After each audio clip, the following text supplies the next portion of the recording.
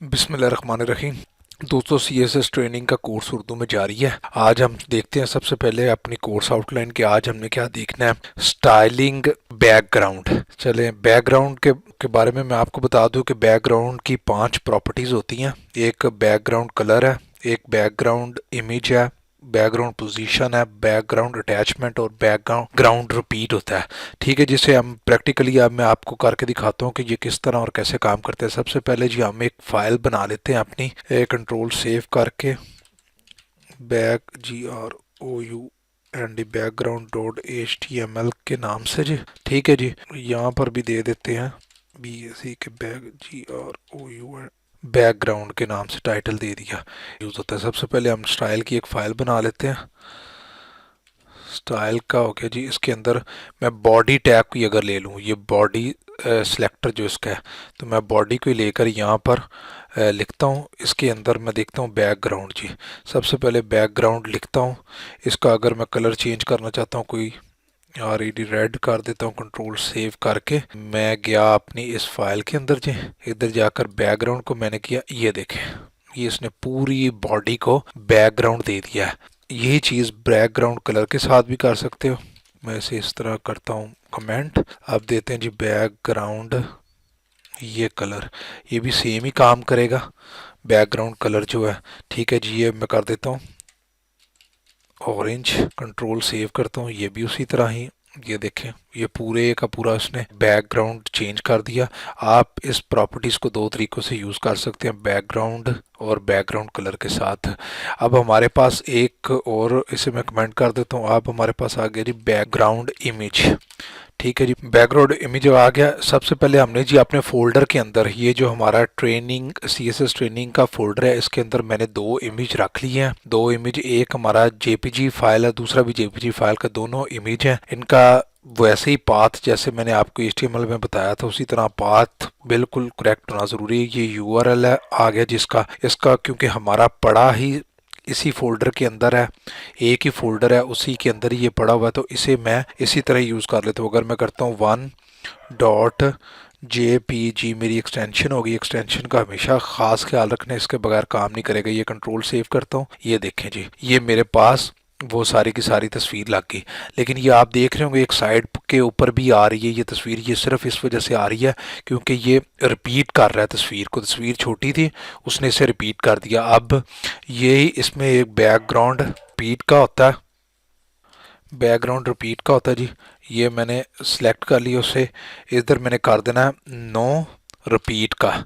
No repeat का मैंने value दे दी है। बैकग्राउंड रिपीट की प्रॉपर्टीज़ में नो रिपीट की मैंने वैल्यू दे दी है। तो मैं कंट्रोल सेव करता हूँ, ये देखें, उसने जो रिपीट कर रहा था उसे इसने कट कर कर अब एक ही मुझे तस्वीर उसकी शो करवा दी है।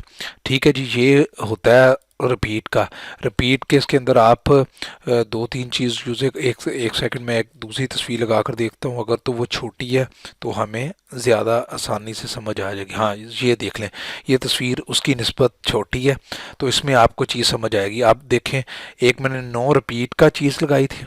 ठीक है जी, अब इसकी होती है, अगर आपने हॉरिजेंटली रिपीट करवाना है तो आप डैश लगा कर रिपीट के आगे एक्स कर देंगे, तो ये हॉरिजेंटली करेगा। ये देखें, मैं करता हूँ, ये देखें, ये हॉरिजेंटली रिपीट कर रहा है तस्वीर को बार बार। ठीक है जी, हॉरिजेंटली रिपीट कर रहा है। और अगर दूसरा इसका होगा, वाई कर देंगे तो ये वर्टिकली इसे करेगा। कंट्रोल सेव करके मैं आपको दिखाता हूँ, ये देखें, इसे वर्टिकली रिपीट करेगा ये, यानी वो ऊपर से नीचे वर्टिकली आप इसने करना शुरू कर दिया।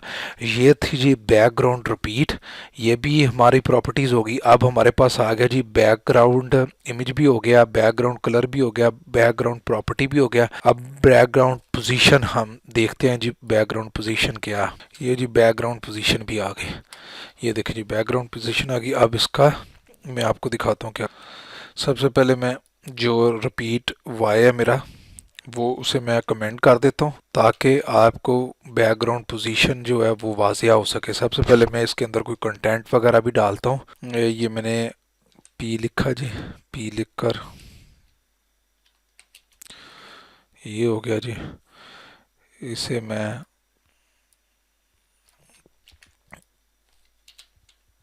कोई 2 3 दफ़ा प्रिंट करवा देता हूँ ताकि हमारे पास स्क्रॉल बार बन जाए। अब मैं देखता हूँ जी, ये हमारे पास रिपीट हो रहा है सारे का सारा। अभी भी स्क्रॉल इसमें बी आर यूज़ करने पड़ेंगे। ठीक है जी, कंट्रोल ये किया, उसके बाद B R B R B R B R B R कर देता हूँ। ये अब यहाँ से पकड़ा, ये भी, ये भी, ये भी और ये भी। ये एक दफ़ा ये भी बंद करता हूँ पीछे से। कंट्रोल सेव करके देखते हैं जी, ये देखें हमारे पास स्क्रॉल बार बनना शुरू हो गई। ठीक है जी, ये हमारे पास स्क्रॉल बार आ गई, ये आ गया जी। अब मैं आपको दिखाता हूँ कि ये किस तरह और कैसे काम करेगा जी। मैं इसके ऊपर देता हूँ जी पोजीशन के ऊपर, मैं आपको इमेज दे देता हूँ। यहाँ पर ये इमेज दे दिया और इसे लगा देता हूँ करके नो रिपीट के ऊपर, ताकि एक तस्वीर ही हमारे पास आए। नो रिपीट, ठीक है जी। कंट्रोल सेव करके मैं ये करता हूँ जी, ये देखें ये हमारे पास ठीक हो गया सारे का सारा। अब मैं इसकी पोजीशन के साथ आप चेक करवाता हूँ कि पोजीशन किस तरह काम करती है। ये हमारे पास आ गया जी बैकग्राउंड पोजीशन का टैग। उसके बाद यहाँ पर अगर मैं राइट कर देता हूँ, ये राइट मैंने किया, कंट्रोल सेव करके ये दबाया तो ये राइट पर इधर चला गया, लेकिन ये नीचे चला गया। अब अगर इसके साथ मैं एक और वैल्यू ऐड कर दूँ कि टॉप पर रहे, अभी टॉप पर ये रहेगा, फिर इस तरह ये देखें ये भी टॉप के ऊपर रह गया। अब एक और चीज़ होगी हमारे पास कि मैं ये नीचे करता हूँ स्क्रॉल बार तो ये तस्वीर भी साथ में चली जाती है। ये देखें ये तस्वीर भी चली जाती है जैसे ही करता हूँ। इसे रोकने के लिए हम यूज़ करते हैं जी बैकग्राउंड अटैचमेंट है, वो होता है जी बैकग्राउंड अटैचमेंट हो गया जी।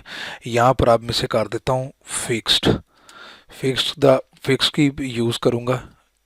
ठीक है जी, कंट्रोल सेव करके अब ये देखिए मैंने ये किया, अब तस्वीर उधर ही रहेगी और ये आप आगे से गौर कर रहे हो तो ये मेरा जो ऊपर लिखा हुआ सारे का सारा वो पैराग्राफ वो चल रहे हैं। अगर पैराग्राफ का मैं ज़रा कलर शलर दे दूं ताकि आपको वाज़ह नज़र आए। पी हमारा हो गया, इसका कलर कर देता हूँ मैं रेड। ठीक है जी, फ़ॉन्ट साइज़ इसका थोड़ा सा बढ़ा देता हूँ, 20 पिक्सल कर देता हूँ। ठीक है जी, और अब मैं सेव करता हूँ। ये देखें ये अब आपको नज़र आ रहा होगा, ये तस्वीर उधर फिक्स है और ये ऊपर हमारा चल रहा है। इस तरह आप इसे पोजीशन पर फिक्स कर सकते हैं। इसे आप पोजीशन ये जो मैंने राइट दिया हुआ है इसे आप सेंटर यहाँ पर कर दें तो ये सेंटर में भी हो जाएगी। ठीक है जी, कंट्रोल सेव, ये देखें ये सेंटर में भी आ गया। ये आप इस तरह भी यूज़ कर सकते हैं कि ये सैंड फिर पीछे बैकग्राउंड फिक्स रहे।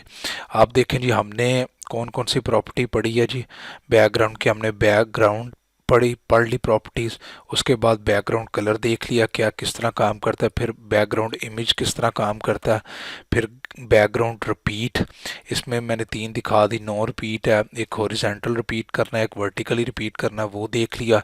उसके बाद बैकग्राउंड पोजीशन है वो सेंटर में करनी है, लेफ़्ट करनी, राइट करनी है, वो भी देख लिया। बैकग्राउंड अटैचमेंट करके देख लिया कि हमने किस तरह वो काम करता है। तो उम्मीद करता हूँ जी आपको बैकग्राउंड के बारे में सारी चीज़ें मैं क्लियरली बता सका हूँ। तो अगर कोई चीज़ मिस कर दिया तो आप मुझसे पूछ सकते हैं, मैं इंशाल्लाह उसका जवाब दूंगा। बाकी मिलते हैं नेक्स्ट वीडियो में एक नए टॉपिक के साथ, तब तक दुआओं में याद रखिएगा जी। हम जो नेक्स्ट टॉपिक हमने पढ़ना है वो देख लेते हैं, वो हमारे पास है जी स्टाइलिंग इमेज के नाम के इमेजेस के, ये हमने अब नेक्स्ट वीडियो में पढ़ना है। तब तक अपना ख्याल रखिएगा जी, चैनल को सब्सक्राइब करना ना भूलिए और फिर मुलाकात होती है। ओके, अल्लाह हाफिज़।